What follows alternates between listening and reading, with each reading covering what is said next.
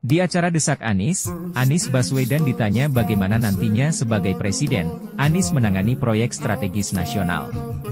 Anies menjawab dengan memberi contoh bagaimana dia menangani proyek MRT di Jakarta, yang dulu sempat mandek bertahun-tahun. Anies membuat proyek tersebut kembali berjalan, cukup dengan kata-kata. Simak videonya sampai habis. Madu, salah satu obat paling mujarab, insya Allah. Sedia madu ternak dan madu hutan. Dihasilkan oleh lebah dari nektar bunga asli, bukan dari gula yang dimakan lebah. Proses higienis, kemasan praktis dan elegan. Garansi 1 juta rupiah jika terbukti madu kami tidak asli. Terbaik, madu kelanceng, dari lebah spesial. Hubungi.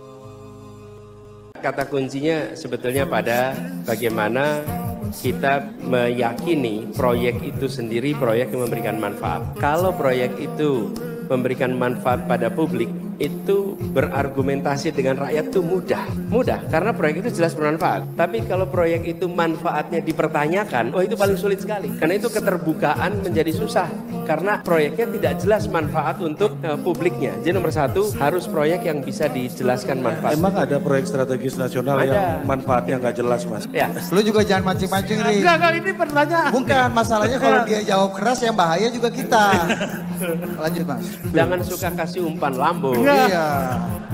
Berapa Nanti, nilai? kalau ada smash saya pula yang ikut tanggung jawab. Gitu. Iya. Berapa nilai untuk proyek strategis nasional? Lanjut aja. Jadi saya melihat kalau itu kita bisa pastikan mudah. Yang kedua harus ada pendekatan dialogis, berbicara, berdiskusi, menjelaskan. Karena saya memiliki keyakinan bahwa masyarakat pun ketika mereka tahu bahwa ini memberikan manfaat dan mereka itu bisa juga mendapatkan faedah dari proyek ini, pasti mau terlibat. Problemnya adalah sering kami di pemerintahan itu tidak sabar dengan proses. Pemerintah itu seringnya mau cepat aja, dan kami di pemerintahan itu kecenderungannya berpihak kepada yang mau investasi, berpihak pada mau yang membangun, lalu lupa justru sebetulnya tugas pemerintah itu melindungi yang lemah, karena yang lemah itulah yang butuh pemerintah untuk melindungi. Nah, kesadaran itu seringkali tidak muncul. Nah, menurut saya itu harus dikerjakan. Prosesnya memang panjang, tapi lebih baik itu dikerjakan dengan dialog sampai tuntas. Saya beri contoh, ketika membangun MRT, saya baru mulai tugas di Fatmawati, itu di Jalan Fatmawati ada beberapa tempat yang nggak bisa dibangun karena belum dibebaskan lahannya. Jadi udah pada bebas semua, lalu ada beberapa saja yang belum bebas. Saya tanya udah berapa lama? Udah bertahun-tahun Pak nggak bisa. Saya baru mungkin seminggu pertama itu. Lalu saya datang, saya bertemu dengan pemiliknya. Lalu saya sampaikan pada pemiliknya. Oh, Mas Anies yang mendatangi? Ya, saya datangi. Saya datangi rumahnya, saya temui beliau, saya jelaskan mengapa kita perlu ikut membuat MRT ini selesai. Dan saya sampaikan, Bapak, bila Bapak terima dan nilai ganti ruginya itu besar, saya lupa angkanya, kalau tidak salah per meter mungkin 40, mungkin 50 juta, saya nggak ingat. Artinya nggak mungkin rugi, tapi untung? Nggak mungkin rugi. Yang bersangkutan menginginkan lebih tinggi lagi. Yang lain-lain mau terima, kecuali ini. Saya bilang, Pak, apalah artinya uang dari pemerintah per meter 40 juta, 60 juta, ataupun 100 juta. Pak, lebih besar lagi begini. Bapak sudah dapat begitu banyak dari Republik ini.